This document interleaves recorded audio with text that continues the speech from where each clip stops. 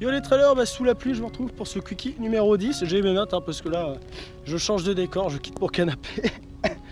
Et aujourd'hui en fait, après avoir maîtrisé du coup la technique du poids de côté, là on va maîtriser le rythme cardiaque. Parce que oui, il est possible par la respiration de gérer son rythme cardiaque. Avoir un bon cardio en fait ça fait pas tout dans la récupération. Et vous savez quand on arrive en haut d'une côte et qu'on est un peu dans le rouge et tout, au moment de relancer on est un petit peu coincé par son souffle en fait, on est net, on suffoque un peu, donc voilà. Bon, ça veut dire qu'on a été un peu trop vite dans les montées, mais bon, ça nous arrive tous. Et là je vous dis attendez, parce que en maîtrisant son souffle on peut également maîtriser son cardio.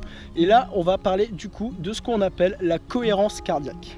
En fait, le corps est composé de deux systèmes nerveux. Donc, il y a le système nerveux sympathique et le système nerveux parasympathique. Alors, le système nerveux sympathique va plutôt gérer l'accélération du rythme cardiaque et le système nerveux parasympathique va plutôt justement gérer la baisse du rythme cardiaque. En fait, on a dans notre corps deux nerfs, le nerf sympathique et le nerf parasympathique.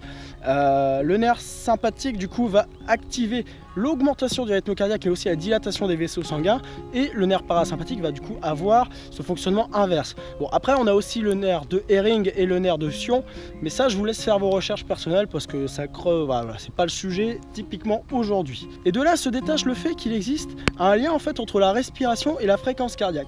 Et c'est assez dingue que en fait lors d'une inspiration ça va inhiber, si vous voulez, les fonctions du nerf parasympathique temporairement, et ça va créer une augmentation du rythme cardiaque. Et inversement, en fait, quand on va souffler, eh bien, on va du coup annihiler un peu les fonctions du nerf sympathique et on va baisser son rythme cardiaque. Du coup, je vais me foutre dans le rouge là-dedans. Et je vous reprends du coup après, on va faire un exemple au cardio à l'appui. Et voilà, je vais vous montrer comment on peut gérer son souffle comme ça. Alors la technique va être très simple en fait, elle va consister à prendre une profonde inspiration, bloquer sa respiration et souffler très longtemps jusqu'à quasiment vider ce poumon. On va faire ça 2 fois. Après on va reprendre une respiration à peu près normale et ensuite on va reproduire l'exercice en fait. Et de là je suis à 127 donc ça va pas aller du tout. Donc je vais me faire 2-3 allers-retours quand même avant pour faire grimper la bébête. Ok. Ok, là c'est parti. Attention derrière. Je peux y arriver parce que j'ai plus tout.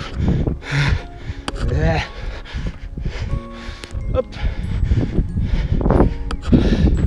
Voilà. Là je suis à 176. Donc je fais la technique. Je bloque.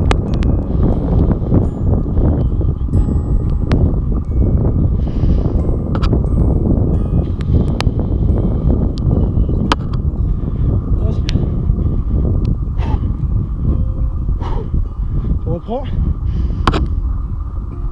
Bloc.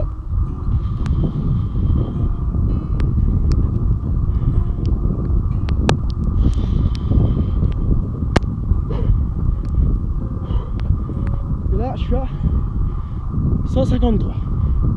Voilà. C'est pas très compliqué. Il a fait un gros appel d'air, ça fait du bien aussi. Toute la technique est dans le souffle. Faut souffler.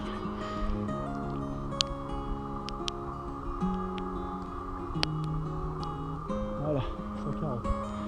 Et là, c'est aussi simple que ça en fait.